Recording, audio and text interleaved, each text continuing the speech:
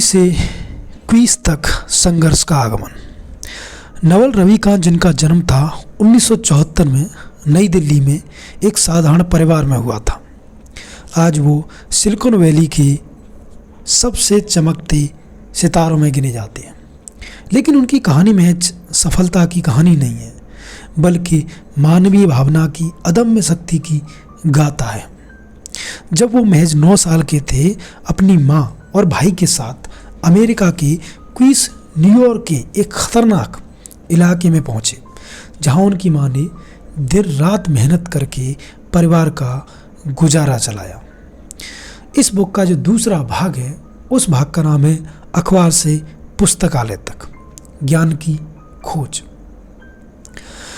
नवल ने बचपन में ही अखबार बांटना, बर्तन धोना और यहाँ तक कि 15 साल की उम्र में एक अवैध कैटरिंग कंपनी के लिए वैन से खाना डिलीवर करने जैसे काम किए, ताकि परिवार की जो आर्थिक स्थिति है या फिर जो आर्थिक रूप से परिवार की मदद कर सकें।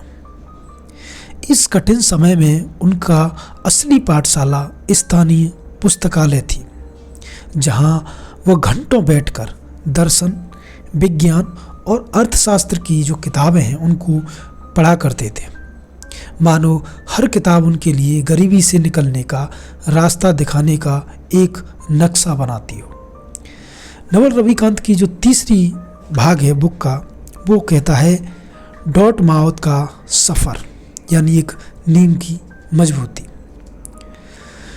उन्होंने न्यूयॉर्क के प्रतिष्ठित स्टूवेंस हाई स्कूल में पढ़ाई की और फिर डार्टमाउथ कॉलेज से कंप्यूटर साइंस और अर्थशास्त्र में डिग्री हासिल की। भाग 4 है एपिनियस को का धोखा, और यही था उनकी असफलता का सबक। इसके बाद उन्होंने 1999 में एपिनियस नाम की एक कंपनी बनाई, जो उपभोक्ता समीक्षा साइट थी।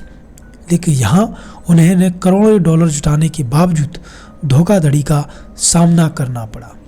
जब वेंचर कैपिटलिस्ट ने उन्हें कंपनी के विलय के बारे में गुमराह किया और उनके शेयर बेकार हो गए, जिसके खिलाफ उन्होंने मुकदमा दायर किया और अंततः समझौता किया। भाग 5 है एंजेलिस्ट का उदय, यानी क्रांति का बिगुल।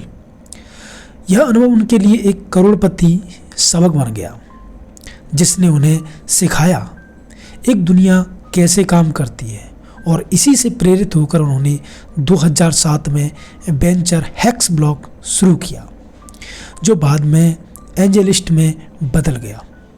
एक ऐसा प्लेटफॉर्म जिसने स्टार्टअप फंडिंग की दुनिया में क्रांति ला दी और एक आम लोगों को एंजल इन्वेस्टर बनने का मौका दिया। इसी पुस्तक का भाग है 6, यूनिकॉर्न के शिकारी, यानी निवेश की दुनिया।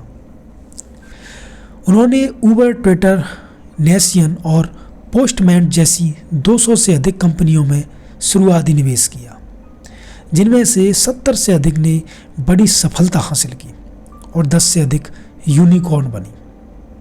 भाग 7 है ट्विटर की ऋषि, यानी विचारों का प्रसार। लेकिन असली नवल तब सामने आई जब उन्होंने ट्विटर पर जीवन, खुशी और धन के बारे में छोटे छोटे सूत्र लिखना शुरू किया, जो इतने गहरे थे कि लाखों लोग उनके मुरीद हो गए। अब देखते हैं नवल का दर्शन, खुशी और धन का सूत्र। उनका दर्शन बेहद सरल है। वह कहते हैं कि असली धन वह है जो तुम कमाते हो, वो तो है ही नहीं, बल्कि वो है जो तुम बनते हो। खुशी एक ऐसी जगह है जो बाहर से नहीं मिलती, भीतर पैदा होती है। आत्म केंद्रता ही सारे दुख की जड़ है। वह समझाते हैं कि समय बेचकर कोई अमीर नहीं बन सकता, बल्कि तुम्हें ऐसी कंपनी बनानी होगी जो तुम्हारे सोते समय में भी काम करे, चाहे वो कोड हो, मीडिया हो या कोई हो उत्पाद, जिसे बार बार बेचा जा सके। भाग 9 में भी बनाते हैं कि अल्मोनेक की रचना, यानी अमर विरासत। उनका प्रसिद्ध सूत्र है सीखो बेचना, सीखो बनाना।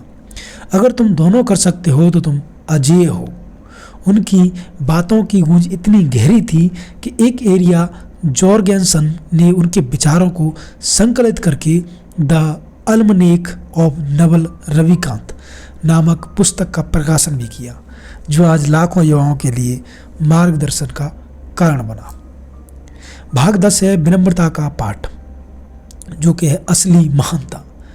जब रणवीर अलाहाबादिया ने उनका पॉडकास्ट किया तो नवल ने विनम्रता से कहा कि मैं किसी भी चीज़ का विशेषज्ञ नहीं हूँ, मैं सिर्फ एक पागल आदमी हूँ जो थोड़ा कम पागल होने की कोशिश कर रहा है।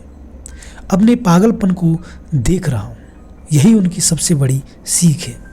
सफलता का कोई शॉर्टकट नहीं है, लेकिन एक फॉर्मूला है। लगातार सीखना, ईमानदारी से काम करना और सबसे महत्वपूर्ण खुद से ईमानदार रहना। क्योंकि जैसा कि वो कहते हैं कि अगर तुम मुझसे दोस्ती नहीं करना चाहते तो मुझे गुरु बुला लो। नवल की कहानी हर उस इंसान को प्रेरित करती है जो मानता है कि हालत चाहे कुछ भी हो, जैसे भी हो, इंसान की सोच और मेहनतों से कहीं भी ले जा सकती है। ये थी नवल की बुक की समरी। आपको कैसा लगा आप हमें कमेंट करके ज़रूर बताएं। मिलते हैं एक अगले वीडियो में, तब तक के लिए जय हिंद।